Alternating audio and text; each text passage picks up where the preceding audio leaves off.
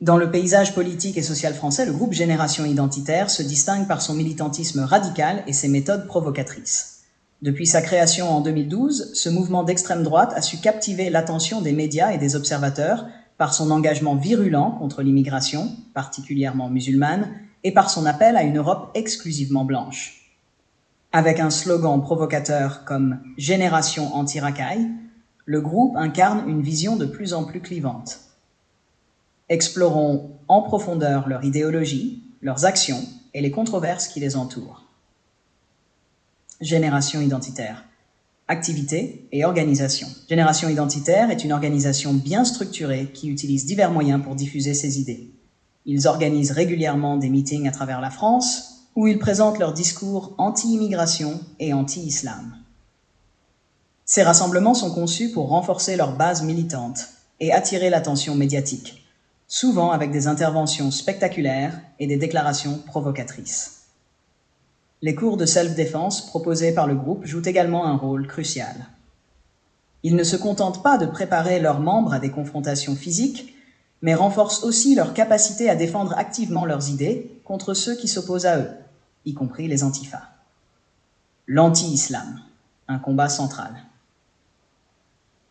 Au cœur de la lutte de Génération Identitaire se trouve une opposition féroce à l'islam, qu'ils perçoivent comme une menace majeure pour l'identité européenne. Leur slogan principal, « La France est blanche », reflète leur vision du monde, où ils affirment leur engagement en faveur d'une France homogène sur le plan ethnique et culturel. Génération Identitaire fait la promotion de la thèse du grand remplacement, une théorie développée par Renaud Camus.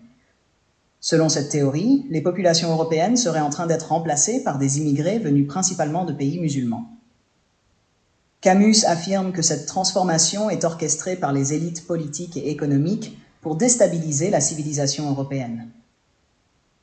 Génération Identitaire adopte cette théorie pour justifier son combat contre l'immigration en affirmant que la culture européenne est en danger de disparition sous l'effet de cette prétendue substitution démographique.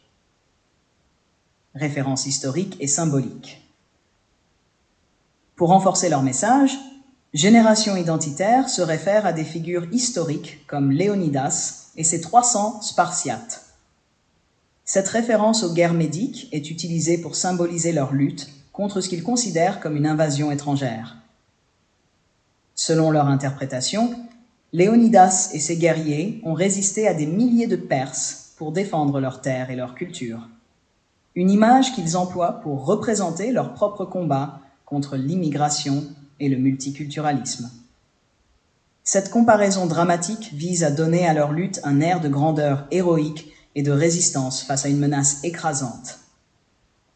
Les modèles de Génération Identitaire sont généralement des figures controversées, telles que Philippe Pétain et Benito Mussolini. Pétain, chef du régime de Vichy durant la Seconde Guerre mondiale, est vénéré par certains membres pour ses politiques de collaboration et de nationalisme radical. Mussolini, dictateur fasciste italien, est admiré pour son autoritarisme et ses idées sur l'ordre social et nationaliste. Ces références historiques renforcent leur vision d'un État fort et homogène et une opposition résolue aux forces qu'ils considèrent comme déstabilisatrices. Lien avec des groupes catholiques extrémistes et royalistes. Les affiliations de Génération Identitaire avec des groupes catholiques extrémistes et des royalistes ajoutent une dimension supplémentaire à leur idéologie. Certains membres se revendiquent d'un catholicisme ultra-conservateur, s'opposant vigoureusement aux valeurs laïques de la République française. Cette vision conservatrice est renforcée par des alliances avec des royalistes qui aspirent à une restauration des valeurs traditionnelles et aristocratiques. Ensemble, ces affiliations forment un front unifié contre la modernité et l'immigration, tout en cherchant à restaurer une forme d'identité culturelle qu'ils jugent perdue. Dictature populaire et critique de la franc-maçonnerie. De nombreux membres de Génération Identitaire prônent une dictature dite populaire. Ce modèle de gouvernance, inspiré par des idées autoritaires et nationalistes, est présenté comme une réponse nécessaire à la crise culturelle et politique qu'ils perçoivent. Ils estiment qu'une telle dictature permettrait de protéger l'identité nationale contre ce qu'ils considèrent comme les menaces de la mondialisation et de l'immigration. En outre, Génération identitaire, malgré son focus principal sur l'immigration et l'islam, n'hésite pas à critiquer la franc-maçonnerie.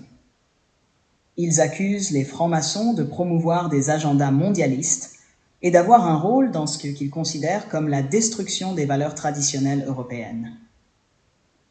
Ces critiques s'inscrivent dans une rhétorique plus large qui cherche à identifier des ennemis cachés qu'ils croient être à l'origine des bouleversements sociaux. Confrontation avec les antifas. Les confrontations entre Génération identitaire et les antifas, qui s'opposent au mouvement d'extrême droite, sont fréquentes et parfois violentes. Par exemple, lors de la manifestation à Lyon en 2018, les antifas ont organisé une contre-manifestation pour protester contre les actions du groupe d'extrême droite. Les affrontements ont été marqués par des scènes de violence, avec des confrontations physiques et des jets de projectiles, illustrant la polarisation croissante entre les deux camps. Une autre confrontation notable s'est produite en 2016, lorsqu'un rassemblement de Génération identitaire à Paris a été perturbé par des antifas.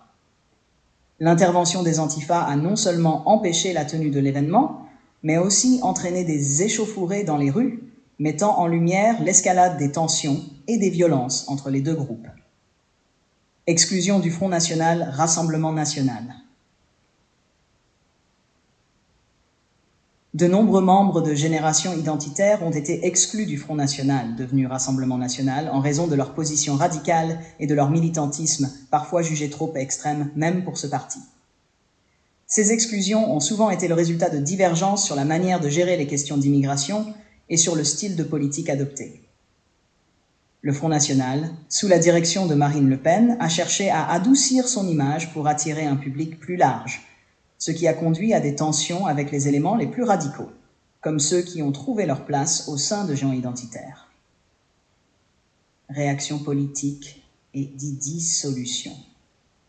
En 2019, l'ancien Premier ministre Manuel Valls a annoncé la dissolution de Génération identitaire, citant ses activités comme contraires aux valeurs de la République. Cependant, malgré cette décision politique, le groupe n'a pas cessé ses activités. Dans les faits, la dissolution a eu peu d'impact sur leur présence sur le terrain. Les membres continuent à organiser des événements, à mener des actions médiatiques et à faire entendre leurs discours, démontrant ainsi la difficulté de mettre fin à un mouvement radical par des moyens législatifs seuls.